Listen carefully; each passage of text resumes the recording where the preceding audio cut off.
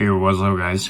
Today I'm gonna do a Q&A. If you're first time watching my channel, I'm EDC Gunner. This is the EDC Watches channel. It changed the name. It was EDC Gunner for a long time. Anyways, I've been reviewing watches for many years. So today I decided to get back a little bit more into the channel and do some Q&As and answer some of your comments. So without further ado, that Paul, whatever, once you had a Rolex like me, other watches are cheap and nasty, especially Seiko kinetic watches like the ones in this video.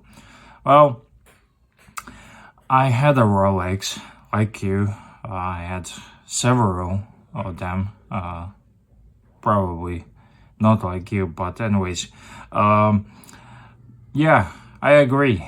But I also had watches that once you own those watches, once you have those watches, the Rolex looks cheap and nasty. So yeah, it's all the matter of perspective and yeah, and experience.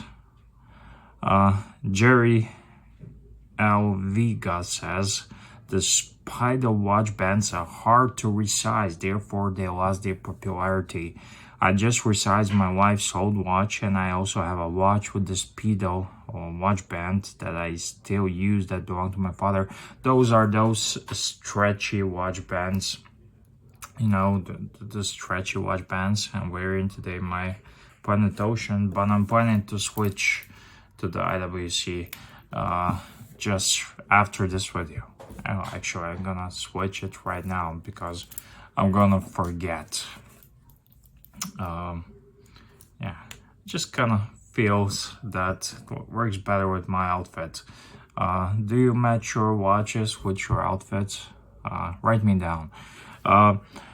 Tranquility Base says, I had this watch when I was a child, and now I want this model made of titanium with a sapphire crystal and 200-meter water resistant.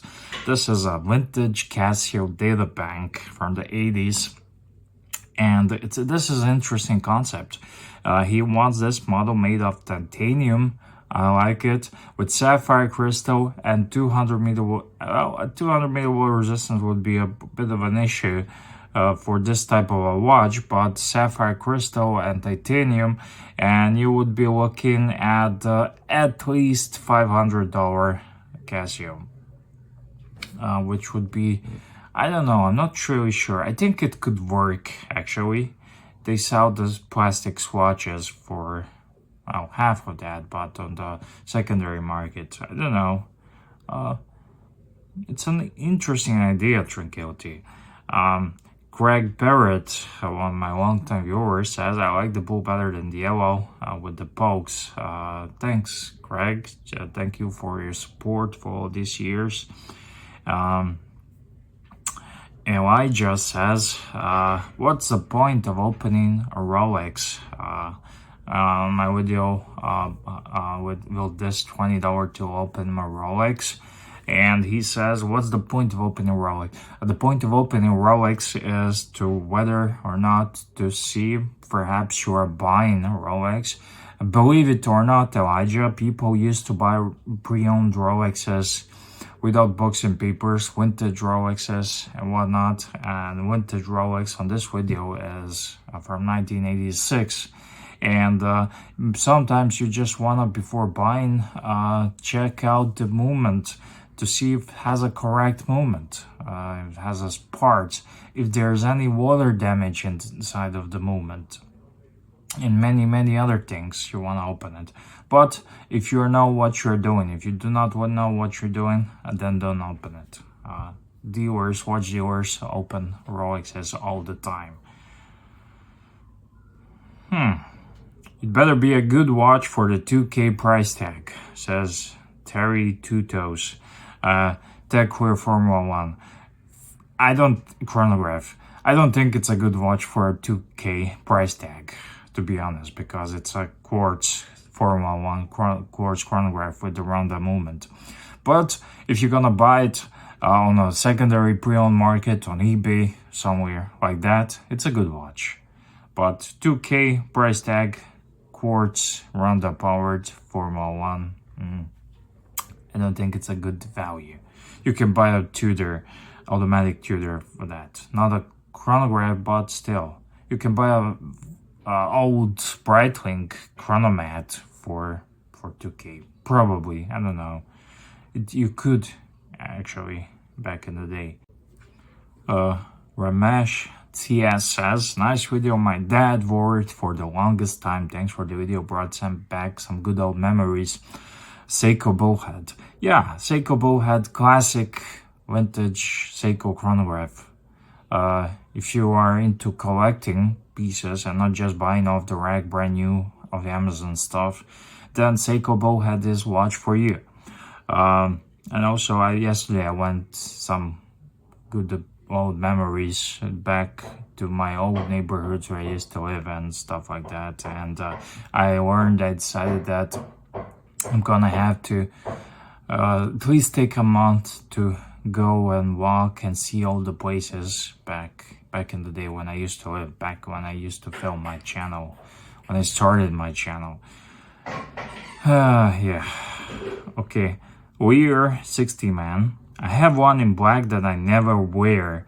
Thought about trading it many times, but couldn't do it. I finally ordered new original strap in blue calfskin with a matching dial. Now it will be in rotation with my new to be B1. He's talking about the Breitling chronograph chronomat Crosswind. One of the Breitlings I regret selling. It's a funny thing, I have a Breitling, then I sell it, then I regret selling it. Whether it's an LED timer, whether it's a chronomat, whether it's whatever. I think next time when I get a Breitling, I will not sell it. Last time I sold my chronomat, I sold my Navy timer, and I regret it. Yeah, there's no other watch just like Navy timer. Of course, there's a Zen and some homages, but no. Funny thing that about Breitling. Don't you think so? Have you experienced that with some other brand or maybe Breitling? I don't know. Someone says on my Raketa BigZero, it's a Raketa from the Soviet watch. Nowadays, I have found them at 1,400 euros in Europe. I just cannot believe that. No way. It's $100 watch, nothing else. And whoever pays that kind of money, it's stupid. He's stupid. Yeah. Harry Ireland says, I appreciate your continuous efforts into making videos for your channel. Well, actually, I wasn't putting much effort lately. I've been working in Munich, in Germany. But yeah, today I returned. The truth is, watches are the last priority in my life right now. You're witnessing right now what is various stages of societal collapse. I didn't mean to bring you down in any way, but just a gentle reminder that sometimes you have to read more, focus your energy and resources into more important things. I say with the utmost respect to cut back on spending money on anything non-essential because you're gonna need it not so distant future. Best of luck. Oh, I still like to park my money into watches, and I do get what you're saying. Yeah, we are living in some sort of a societal collapse. Maybe in history they will study this era. Especially I can witness it in Munich. I've been working for, I'm gonna be 4 months working in Munich, and yeah, you see that in the big German country, big German city, or richest German city. You see all sorts of things there, and yeah, and all sorts of things I don't like, especially regards with society. Anyways, I still like to park my money into watches because money is worthless, just paper.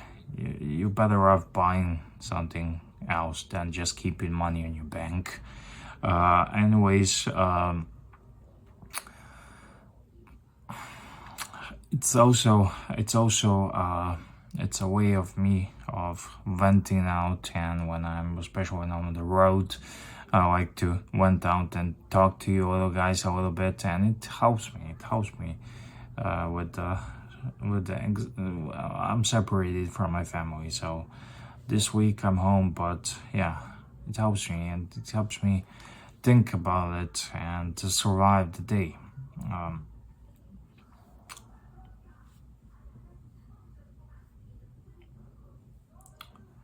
Okay.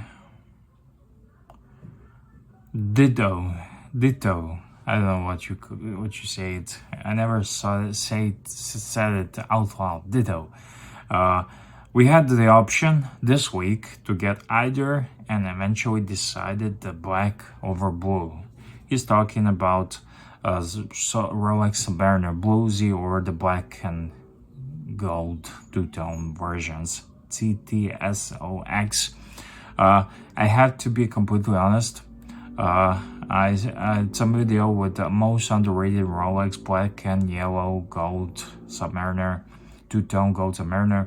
I still love the Bluesy. Bluesy is, I don't know, wow. It has that wow effect, but it has a lot of negative attention. So this could be a good, subtle option if you can call a two-tone watch gold and steel Rolex subtle.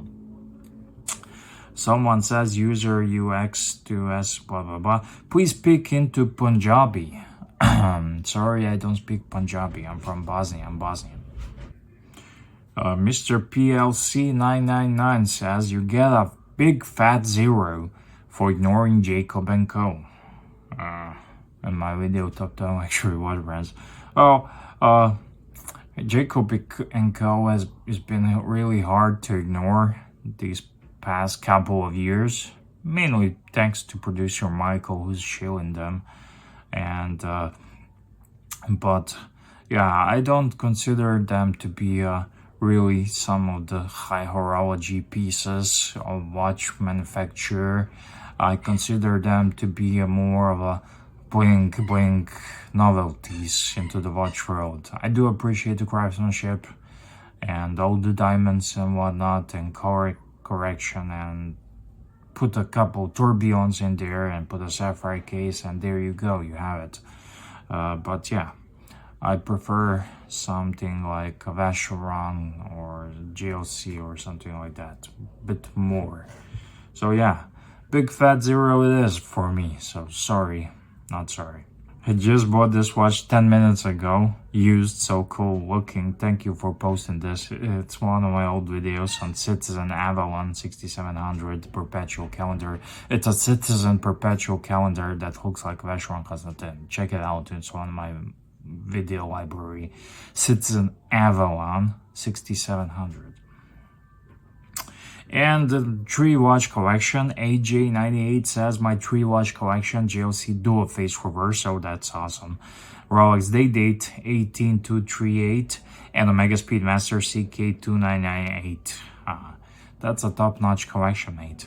My 3-watch collection is a Reverso, Submariner, and Speedmaster Moonwatch, but GLC.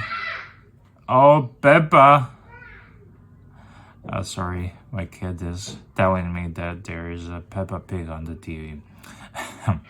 He always tells me. GLC dual face reversal. I would love to have dual face. It's so cool. I'm not really sure would it be cool when the repair bill comes, but yeah, it's super cool. Day Date, still to this day one of my grails, and yeah. Speedmaster CK2, awesome.